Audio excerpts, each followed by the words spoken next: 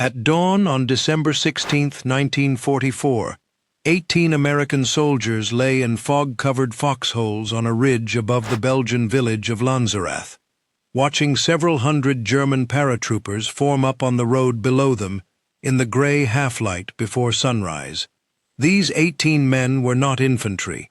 They were a reconnaissance platoon, trained to observe and report, not to fight a pitched battle against a force outnumbering them by more than 20 to 1, armed with rifles, a handful of automatic weapons, and whatever ammunition they had been able to carry up onto that hillside. The Germans marching toward them had been told, in the days before this attack, exactly what to expect from the Americans holding this stretch of the line. Soft, undisciplined troops with no real stomach for a fight. By the time the sun went down that evening, those 18 men would still be lying in those same foxholes, out of ammunition, surrounded, and about to become prisoners of war. They would also have cost the German army an entire day it could not spare, on the very first night of Adolf Hitler's last great gamble in the West. It was the opening scene of a battle that decided the entire Ardennes offensive within its first 72 hours, fought by a division so green it had a nickname it never asked for, the Battle Babies. The 99th Infantry Division arrived in Belgium in November of 1944, having never fired a shot in anger. Most of its men were younger than typical for an infantry division of the period. Many of them pulled from a college training program the Army had shut down earlier that year, when the need for combat infantry outstripped the need for future engineers and officers, meaning a large share of the division's riflemen had been sitting in university classrooms less than a year before they found themselves holding a rifle in the Ardennes forest. It was handed a stretch of front more than 20 miles long, in the quiet, wooded Ardennes sector, precisely because Allied command considered this the safest possible place to break in an untested unit, a place to gain patrol experience and combat confidence gradually, before being asked to do anything more demanding. All 3 of its regiments went into the line at once, with no reserve held back behind them, because nobody expected them to need one. The nickname came from a United Press war correspondent named John McDermott, coined without much thought during the division's first mention in wartime news reports. The kind of label meant to describe rookies, not to predict how they would perform under fire. On the morning of December 16th, that quiet sector became the northern hinge of the largest German offensive since the invasion of France, a plan Hitler himself had unveiled to his generals only months earlier by slamming his fist on a map and declaring that he intended to strike out of the Ardennes, cross the Meuse, and retake the port of Antwerp before the Allies could recover their balance. Everything about that plan depended on speed, and speed depended on this exact stretch of front folding quickly. It did not fold. At Lanzerath, Lieutenant Lyle Bouck's 18-man intelligence and reconnaissance platoon, along with 4 artillery observers who had attached themselves to the position, dug their foxholes deeper than regulation and covered them with pine logs, giving them a concealed view of the road and the open fields below. Fog and falling snow cut visibility down to as little as 50 yards, hiding their positions completely from the column of paratroopers of the German 3rd Parachute Division approaching from the tree line. A Belgian girl walked out toward the German officers gathering below the ridge, and Bouck, unwilling to risk her life by opening fire while she stood among them, held his men's fingers off the triggers and lost what might have been a clean ambush. It did not matter. When the first German company advanced into the open field below, the platoon opened fire anyway, catching the bunched formation completely by surprise and cutting it down before it had gone 20 yards. What followed was not a skirmish. It was an entire day of repeated German assaults against 18 men and 4 observers who refused to break. The Germans, unable to see through the fog and unwilling to believe that a position fighting this hard for this long could possibly be held by a mere reconnaissance platoon, concluded that a much larger American force must be dug in somewhere in the woods behind the ridge, and repeatedly paused to regroup and bring up more men rather than simply pushing through what was actually in front of them. That mistaken caution bought the platoon hours it never should have had. Sergeant Bill Slape manned the platoon's single 50 caliber machine gun through wave after wave of attacks, firing it until the barrel overheated and seized entirely. Artillery observer Billy Queen was shot through the stomach during one of the German rushes and died within minutes, with no medic and no surgical equipment anywhere near the position to save him. Each time the Germans pulled back to regroup, they came again, still certain that a position fighting this hard for this long had to be held by far more than a handful of scouts. By the time dusk fell and German paratroopers finally worked their way around the platoon's flank and into the position itself, room to room and foxhole to foxhole, Buch's men had been fighting continuously for nearly the entire day, almost completely out of ammunition. Every surviving member of the platoon was taken prisoner. Only one man had been killed, and in the confusion of German after-action counts that followed, the numbers of German dead and wounded from that single day's fighting ranged as high as 400 to 500 men. An entire battalion, effectively broken by 18 reconnaissance scouts and 4 artillery spotters, who were never supposed to be in a rifle fight at all. The true cost of that day had nothing to do with the exchange rate of casualties. It had to do with the clock. The battalion Buch's platoon had fought was meant to clear the road at Lanzerath early on the morning of December 16th, so that the armored spearhead of the 1st SS Panzer Division, a battle group under the command of Colonel Joachim Piper that had been handed the most important single armored thrust of the entire offensive, could move through and drive west toward the Meuse before American reinforcements had any chance to react. Instead, that armored column sat backed up on the narrow road behind Lanzerath for most of the day, unable to move forward until the infantry ahead of it finally cleared the ridge at dusk. Nearly 20 hours behind the schedule Hitler's planners had built the entire offensive around. Every hour Piper's tanks sat idle on that road was an hour American commanders further west did not yet know they desperately needed. And by the time his column finally got moving, the element of surprise the entire German plan depended on had already begun to slip away. Lieutenant Buch spent his 21st birthday that midnight as a wounded prisoner in a Belgian café, requisitioned by the very Germans who had just spent a full day failing to move him off a hillside. While Buch's platoon bought that single brutal day at Lanzerath, the rest of the 99th Division was fighting its own version of the same fight several miles to the north, against the same German offensive and the same assumption that green American troops would simply collapse once pressed. Days earlier, the veteran 2nd Infantry Division had been ordered through the 99th's own lines to seize a road junction called Wallerscheid, on the edge of the Hürtgen forest, in what everyone involved believed at the time was an unrelated, limited attack, rather than the leading edge of anything larger. When the German offensive broke on December 16th, the 2nd Division found itself needing to disengage from that attack and fight its way back through territory that was rapidly filling with German infantry and armor, all while the 99th's own regiments tried to hold a line that had never been designed to withstand a coordinated attack of this size in the first place. Both divisions were squeezed into a fighting withdrawal through the twin villages of Rocherath and Krinkelt, a stretch of ground that would earn its own grim nickname among the men who fought through it,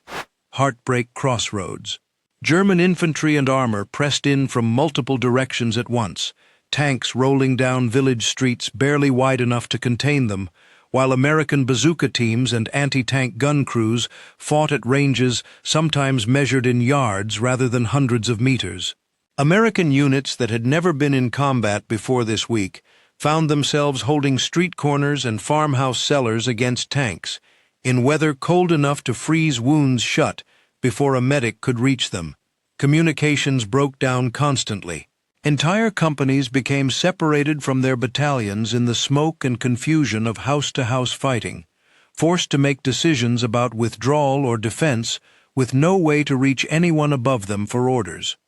There was no single dramatic breakthrough on either side in the twin villages, no one moment that decided the fight. There was only days of brutal, close-range combat in which a division with no combat experience at all refused to simply come apart the way German planning had assumed it would, buying time, yard by yard and street corner by street corner, for a defensive line to be built on the high ground behind them. By December 19th, what remained of the 99th Division and the 2nd Infantry Division had fallen back onto that stretch of open, elevated ground west of the twin villages known as Elsenborn Ridge, and there, on Omar Bradley's insistence over the strong objections of Field Marshal Montgomery, who wanted the position abandoned entirely and the line pulled back further, the American retreat finally stopped moving. The men who reached that ridge arrived exhausted, badly under strength, and in many cases still soaking wet from days of fighting in freezing rain and melting snow, carrying wounded comrades and what little ammunition they had left. That December was already remembered afterward as one of the coldest and wettest of the entire war in Western Europe, weather that grounded the Allied air support that might otherwise have broken up German formations from above, and left infantry on both sides fighting frostbite and trench foot on top of everything else being thrown at them. They dug in anyway, because the alternative behind them was open country all the way to the Meuse River, and there was no one else positioned to stop what was coming if this line did not hold. Unlike almost anywhere else along the German attack that week, the terrain at Elsenborn actually favored the defenders. The ridge gave American artillery observers a commanding view of the approaches the German 6th Panzer Army needed to use, and gunners from multiple American divisions, consolidated behind the ridge in a way the retreating chaos of the previous days had somehow still allowed, were able to mass their fire onto those approaches in a concentration the terrain elsewhere in the Ardennes simply did not permit. The German High Command had every reason to expect this line to break quickly. They were throwing an experienced, purpose-built armored force, the 12th SS Panzer Division, known within its own ranks as the Hitlerjugend for the young volunteers who filled its ranks straight out of the Hitler Youth movement, along with several full divisions of infantry, against a defensive line held largely by men who had been in combat for less than a week. Beginning on the 17th of December, and continuing for days afterward, German infantry and armor threw themselves at the American positions on Elsenborn Ridge in attack after attack, day and night in roughly equal measure, supported by artillery barrages heavy enough to strip the surrounding forest of its trees and turn the frozen ground into a churned, cratered field. Each assault ran into the same wall of concentrated American artillery fire, coordinated across division lines in a way few armies manage even with veteran troops directing it, falling on German assembly areas before the attacking infantry had even finished forming up. American artillery officers behind the ridge learned to mass the fire of multiple battalions onto a single target within minutes of a call for support, a technique that let a handful of forward observers summon the weight of dozens of guns at once, rather than the more limited fire each battery could offer on its own. It was the kind of coordination the 99th's own gunners had never practiced under real combat conditions before that week, developed and refined in the middle of the battle itself, out of necessity rather than doctrine. Each assault fell back having gained nothing but casualties. Positions were overrun in places and retaken within hours, sometimes by the same exhausted platoon that had lost them a few hours earlier. Men who had never fired a weapon at another human being 7 days earlier died in their foxholes rather than abandon them, and their replacements, cooks and clerks and wiremen, pressed into the line as riflemen when the infantry companies ran short of bodies, simply took their place in the same hole and kept firing. For 5 straight days and nights, the German 6th Panzer Army hurled itself against Elsenborn Ridge, and could not move the line forward by so much as a single field. Reinforcements arrived piecemeal throughout that stretch. The 7th Armored Division and additional artillery and tank destroyer battalions feeding into the line as they became available, thickening a defense that had started the week as little more than exhausted survivors of a fighting withdrawal with nothing left in reserve behind them. When the Germans finally abandoned the effort and shifted the weight of their attack south, toward the sector that would soon make the town of Bastogne famous around the world,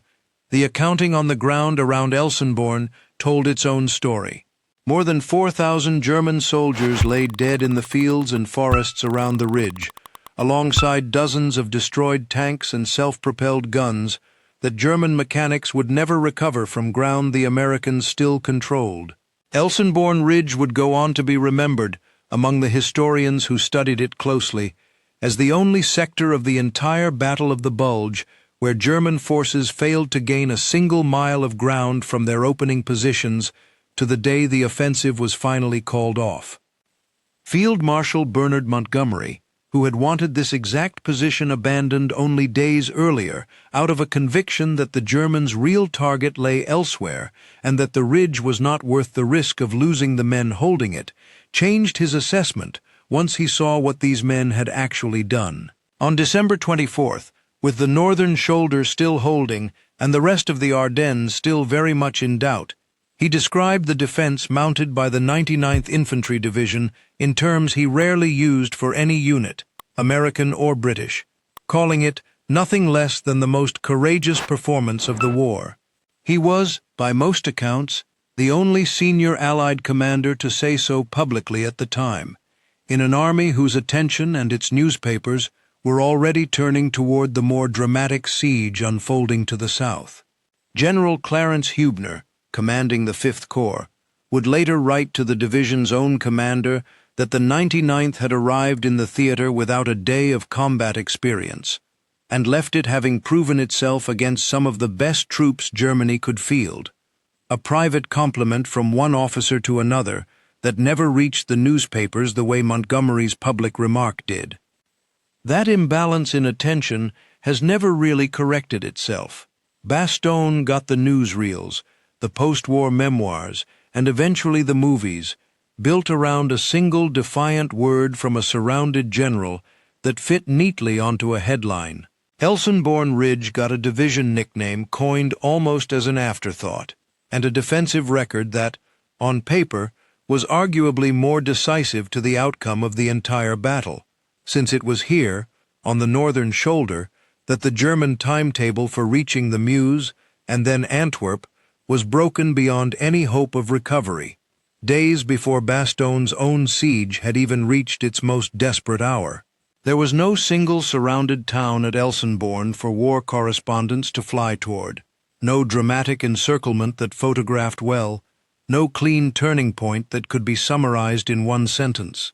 There was only a ridge, a week of artillery duels, and a division nobody had expected anything from simply refusing to move, day after day, in weather too miserable for most reporters to want to stay and document closely. Historians who have studied the imbalance directly have never landed on a fully satisfying answer for why one story became legend and the other became a footnote, beyond the simple fact that a dramatic encirclement with a famous one-word reply makes for a cleaner story than 5 days of artillery fire holding a ridge nobody outside the army had ever heard of. Recognition for the men who bought the first and arguably most critical day of that defense came just as slowly. Lieutenant Bauch spent decades after the war convinced his platoon's actions had simply been lost in the paperwork and confusion of a battle that generated far more heroism than the army had time to properly document, and he spent much of that time personally writing letters and tracking down surviving witnesses to make the case himself, refusing to let the record close on 18 men he did not believe history had gotten right. It took 37 years, until October of 1981, for the 18-man intelligence and reconnaissance platoon that held Lanzerath Ridge to finally receive the presidential unit citation its actions had earned on the very first day of the battle. 14 of the original 18 men were still alive to see it, decorated in a ceremony hosted by the Secretary of the Army, decades after most of the country had stopped thinking about the battle babies at all, and long after the men themselves had built entire careers and families with almost no public acknowledgement of what they had done on that hillside. They remain, to this day, among the most decorated small units of their size in the history of the United States Army, a distinction earned entirely by men whose actual job that morning had been to watch the road and report back what they saw, not to stop an army by themselves. None of it happened because these men were exceptional soldiers before the war started.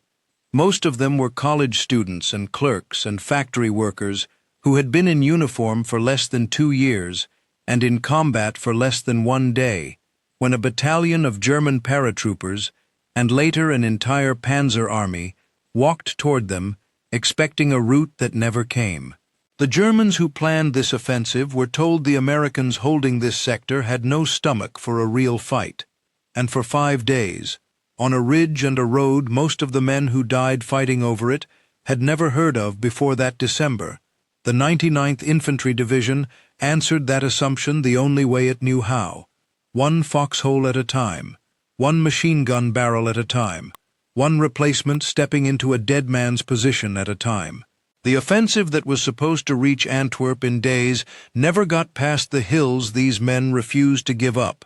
and it never fully recovered the time it lost trying. If you want more of the stories that decided a war and then somehow got left out of the history everyone remembers, stay subscribed, because the Ardennes still has more of them buried in its forests than most people realize.